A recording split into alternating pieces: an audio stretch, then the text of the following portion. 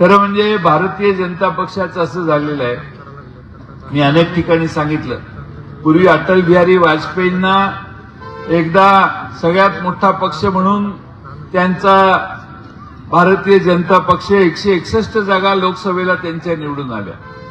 कर्मधर्म संयोगाने तो लोकसभेत त्यावेळी सगळ्यात मोठा पक्ष झाला आणि तो मोठा पक्ष झाल्यावर त्यांना सरकार बनवण्यासाठी पाचारण करण्यात आलं.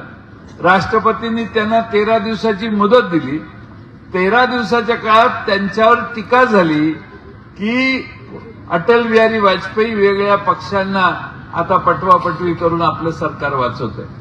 अटल बिहारी वाजपेयींनी सांगितलं, असली सत्तेवर मी लाथ मारतो, असली वेगवेगळ्या आघाड्या एकमेकाला सांभाळून वेगवेगळ्या मॅनिप्युलेशनने मला वेगळ्या तत्वाला मुरड घालून कोणाशी मला तडजोड करायची नाही, मी असली सत्ता सोडतो. आणि त्यांनी 13 दिवसानंतर जो विश्वासदर्शक ठराव आला त्यावेळी स्वतःच ती सत्ता सोडवण्याचा निर्णय केला. मी यासाठी सांगतोय की तेव्हाचाही भारतीय जनता पक्ष कुठे आणि आत्ताचा भारतीय जनता पक्ष कुठे. सगळे काँग्रेसमधले ओढून तिकडे घेऊन गेलेले आणि आपली गडी सगळे तिकडे गेलेले, आबांचा मित्र पण तिकडे गेलेला आहे.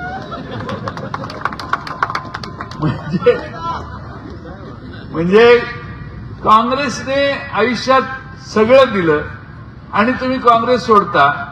लोक प्रश्न विचारली पाहिजे.